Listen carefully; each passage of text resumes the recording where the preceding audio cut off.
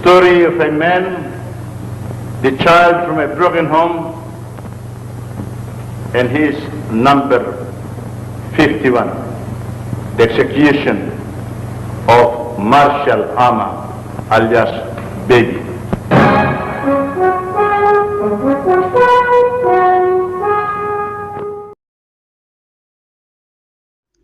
Magandang araw kaibigan, ngayon ay tatalakayin natin ang buhay ni Marshal Ama Perez o kilala bilang sa bansag na baby assassin ng Maximum Bilibid Prison.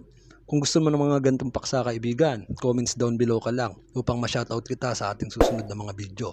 At hit mo na rin ang ating notification bell. Si Marshal Ama or Baby Ama ay pinanganak sa lalawigan ng Biñan, Laguna. At hindi po totoo ang mga balita ang kumakalat na namayagpag ang kanyang pangalan sa Tondo, Maynila. Siya po ay taga Biñan, Laguna.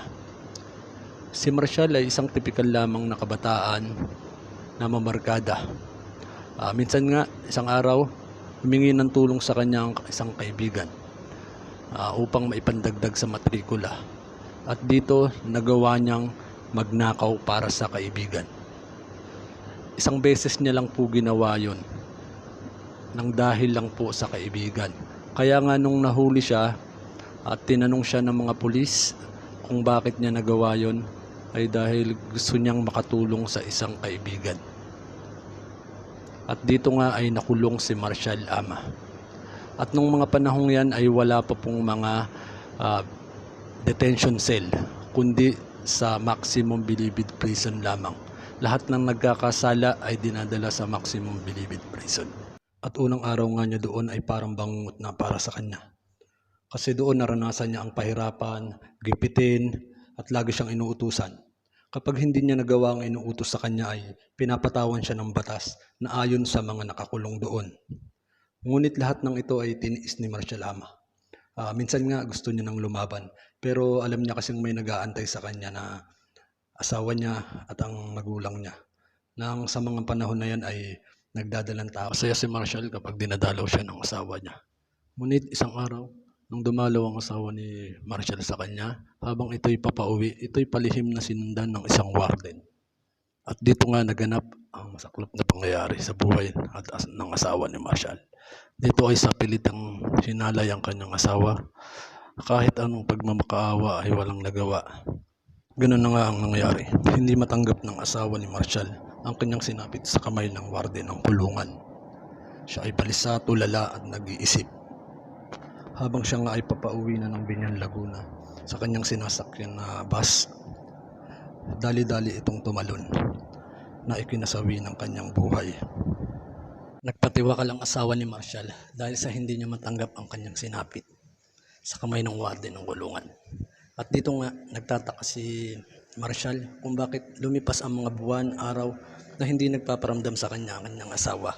At dito ay nagtanong-tanong siya sa mga kasama niyang preso, mga warden ng kulungan, kung ano ang sinapit ng kanyang asawa. At dito nga nalaman niya kung ano ang nangyari. Dali-dali niyang pinaghiganti ang kanyang asawa. Pinatay niya ang gwardiya na gumahasa sa kanyang asawa. At dito na nga isisilang ang bagong Baby Ama.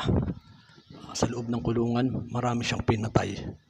Nahawakan niya ang selda 13 at 14. At dito nakita ng grupo na buo ang kanyang loob. Pinapatay niya kung sinong gusto niyang patayin. At dito nga nakuha niya ang tiwala ng kanyang mga kasama. At pinamunuan niya ang isang gang na tinatawag na Sige-Sige Gang. At dito nga sa loob ng Bilibid Prison ay namayagpag ng gusto ang kanyang pangalan. Siya ay kinakatakutan ng lahat.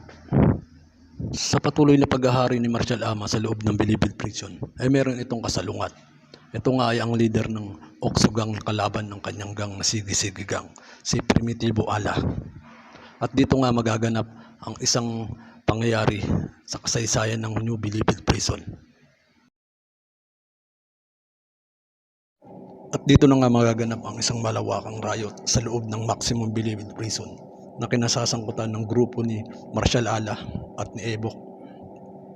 Dito ay maraming mamamatay at meron pa nga na napugutan ng ulo dahil sa pangyayaring ito.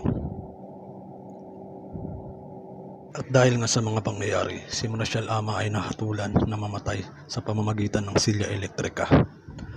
Silang dalawa ni Ebok Ala.